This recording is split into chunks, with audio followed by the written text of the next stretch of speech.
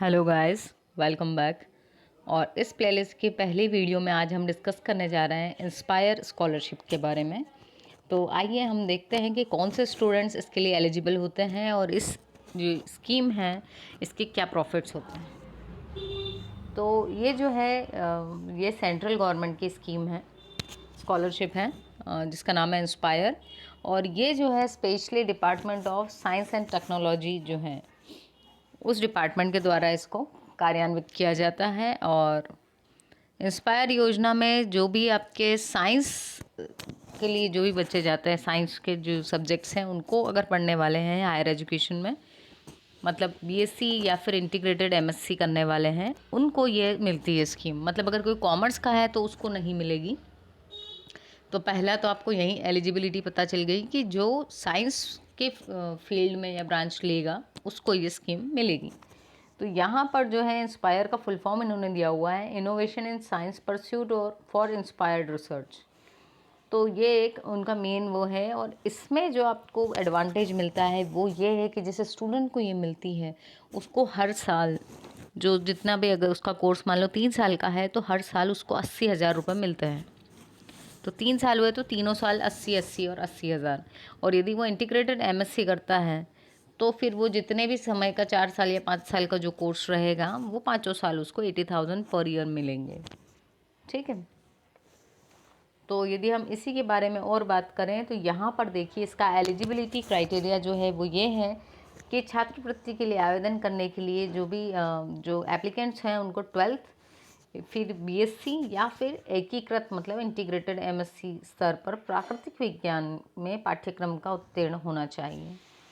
तो 12th में भी उनका साइंस बैकग्राउंड होना चाहिए और बीएससी में अगर वो एडमिट हो रहे हैं तो उनको इसी वाले फील्ड में आगे जाना है। अब जो इनकी एज है, एज क्राइटेरिया है 17 से 22 वर्ष, इससे ऊपर वाले नहीं। कि अगर इससे ऊपर वाले फिर से अपना कुछ ग्रेजुएशन करना चाह रहे हैं किसी दूसरे सब्जेक्ट में तो दे आर नॉट एलिजिबल। ठीक।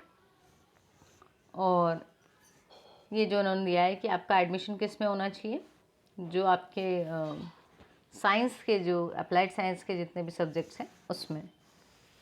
और यदि हम इसमें बात करें तो आपके जो परसेंटेज का क्राइटेरिया है, तो परसेंटेज का क्राइटेरिया आपके स्टेट में जो भी टॉप 1% वाले स्टूडेंट्स होते हैं, जैसे मान लो अगर किसी स्टेट में 93%, 92% इस तरीके से कट ऑफ यदि गया है, मतलब हाईएस्ट इतने गए हैं परसेंटेज, तो ऊपर के जो जब हम उसको असेंडिंग ऑर्डर में अरेंज कर देते हैं चीज़ों को, सॉरी डिसेंडिंग ऑर्डर में अरेंज कर देंगे, तो जो हाईएस्ट परसेंटेज वाले बच्चे हैं वो ओवरऑल जो 1% बच्चे वो डिराइव करेंगे, उनको ये जो स्कॉलरशिप है वो उसके लिए एलिजिबल है। यदि आपके स्टेट का जो हाईएस्ट है वो 70 या 72% ही गया है तो जो 70 और 72% वाले हैं वो एलिजिबल हैं। ठीक है। तो यहाँ पर IIT, AIEEE, इसमें जो टॉप 20,000 रैंक के स्टूडेंट्स हैं, या फिर जो आपकी CBSE मेडिकल की जो एग्ज़ाम होती है वो, ठीक है, AIPTM, इसमें टॉप 10,000 रैंकर्स में शामिल होने वाले आवेदकों ने प्राकृतिक बुनियादी विज्ञान का अध्ययन करने का विकल्प चुना था। ठीक है, अभी तक इतना हो चुका है। मुंबई विश्वविद्यालय में Indian institute of science education and research, ये जितने भी आपको यहाँ दिए हुए हैं, इसमें भी जो एडमिशन लेने वाले एप्लीकेंट्स हैं उनके लिए अग्रणी, और ये भी जो इन कॉलेजेस में एडमिशन लेते हैं वो भी इसके लिए एलिजिबल हैं।